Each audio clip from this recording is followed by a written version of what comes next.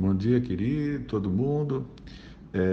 Eu estou aqui no plantão de pronto-socorro, atendi pouquíssimas pessoas. Os que chegam são os infartos, que estão 2 dias em casa, já vêm chocado e tal, porque não vêm no hospital, né? Mas nada de insuficiência respiratória.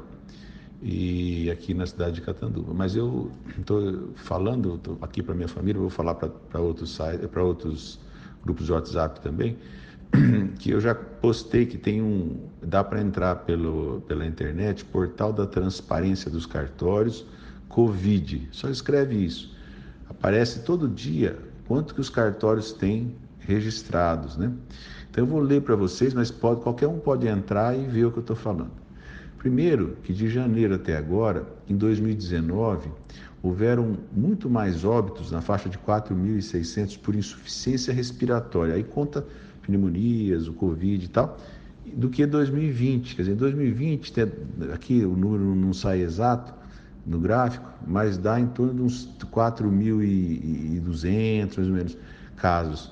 Então, assim, o ano passado, até na data de hoje, 21 de abril, nós tivemos mais mortes de insuficiência respiratória do que esse ano com o Covid, tá certo?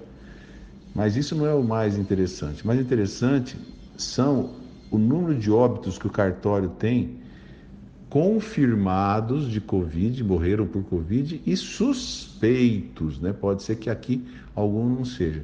E pasmem, meus amigos, que ontem, que foi o pior dia da pandemia, foi alardeado em toda a televisão, com mais de 300 mortos, o cartório aponta que a soma dos suspeitos de morte por Covid e confirmados foram 21 casos no Brasil todo. Foram 21 casos.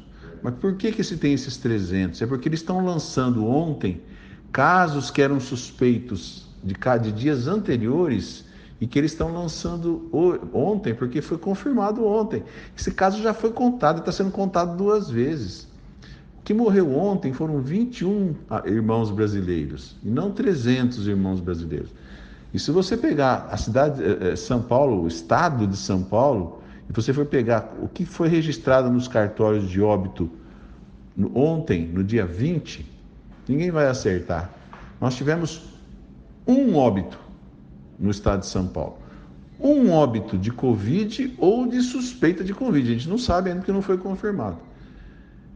Só que esse número não aparece. O gráfico sendo feito assim, que é pela data de óbito, que é o certo, claramente ele teve um pico no finalzinho de abril e comecinho de março, e que está caindo. E esse pico foi um pico pequeno, de 100 óbitos por dia, 90 óbitos por dia. E agora estamos tendo, no Brasil, 20 casos e em São Paulo, 1 caso. Agora eles estão começando a querer flexionar, viram a burrice que fizeram. Só que eles causaram um mal que não pode ser apagado. E isso não é feito de quarentena, não. Isso daqui é porque, por causa do calor e por causa, provavelmente, de Deus, o vírus não progrediu aqui no Brasil.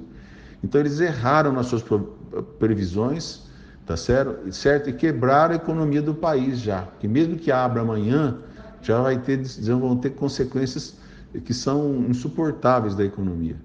Então, vejam bem, o mal que essas pessoas fizeram, enquanto uma única voz, não quero saber se você votou, se você acha o Bolsonaro bacana, não acha, isso não tem, mesmo se ele é um cara polido, que não é, não tem nenhum problema, mas ele foi a única voz e foi espinafrado por todo mundo, as redes de televisões tratando dele como se ele fosse um débil mental, e é o único que estava dizendo que a epidemia seria um quadro de gripe, como se é outros casos de gripe que nós temos aqui no Brasil.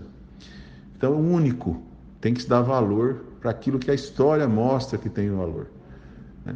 E esses governadores, esse Supremo Tribunal Federal e esses deputados que apostaram nisso para não ter que pagar suas contas, para fazer um regime onde pode ter roubo, eles têm que ser julgados pela população.